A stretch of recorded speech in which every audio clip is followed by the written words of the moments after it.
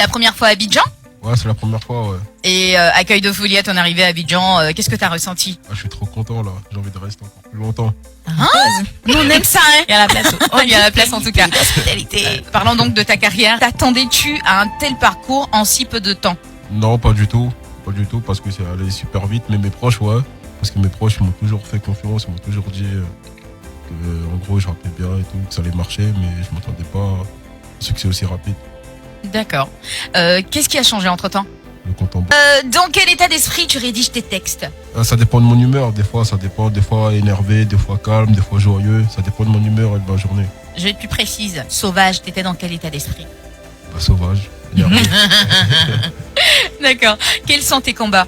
Il y en a plusieurs. L'Afrique, l'albinisme. On remarque quand même que t'es l'albinos le plus connu de France. D'Europe même. D'Europe, voilà. Ouais, et c'est mes combats, ça. C'est tes combats. Ouais. T'as une assoce? Ouais, Albinos Émotion, qui on va.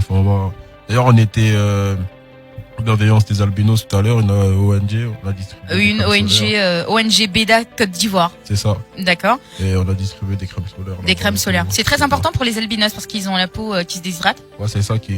Après, avec le soleil, ça crée des cancers et de la peau et tout ça. D'accord. Donc c'est important. Ouais. C'est très important. Merci. C'est un geste à encourager. On espère que cette collaboration ne va pas s'arrêter en si bon chemin. Ouais. Donc, tes inspirations, influences musicales? J'ai écouté beaucoup de rap français. Qui particulièrement? Despo, Kerry James, Lino, Alpha 520, Caris. Il y en a plein. Hein. Il y en a beaucoup. Essentiellement rap français. Il y a beaucoup de rap français. Après T.I., il y a rap américain. Beaucoup T.I., 50 Cent, Dr. Dre. Tout ça, ouais. D'accord. Et parlant justement de Caris, comment s'est faite votre collaboration? C'est un mec de chez moi, du même quartier. D'accord. C'est que je rappais, il aimait bien. Du coup, il m'a proposé de faire un morceau. C'est lui qui t'a proposé? Ouais, c'est ça. Ouais. D'accord.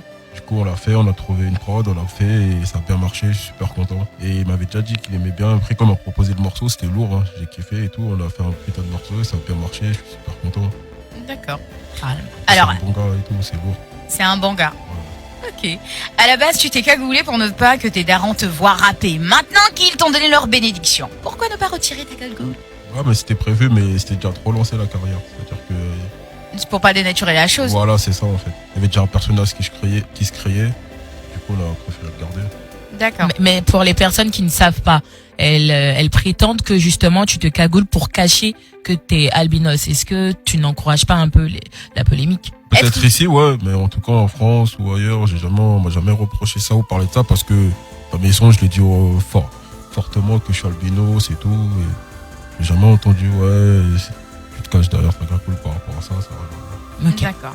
Être rappeur s'est imposé à toi ou est-ce que c'était un rêve d'enfant? Non, c'était pas un rêve parce que c'était pas ça mon rêve. C'était quoi ton rêve au passage? C'était footballeur parce que je jouais bien au foot. Je voulais être footballeur, mais après j'aimais beaucoup le rap depuis petit et tout. J'aimais beaucoup écouter. Je commençais à rapper très jeune et tout, dans ma chambre, tout ça et tout. Quel âge comme ça 13, 14 ans. Alors, as-tu un rituel perso avant de monter sur scène ou avant un enregistrement studio? Non, j'ai rien. Rien? Tu vas franco comme ça, direct? En fait, j'aime trop ça. Ça veut dire que je suis pressé. Adrénaline, poum! Ouais, voilà, j'aime trop tout ce qui est scène et tout. Dernièrement, en avril, on a fait l'Olympia. C'était pareil. Il n'y a pas petite prière avant Si, après, toujours. Mais il n'y a pas de truc particulier.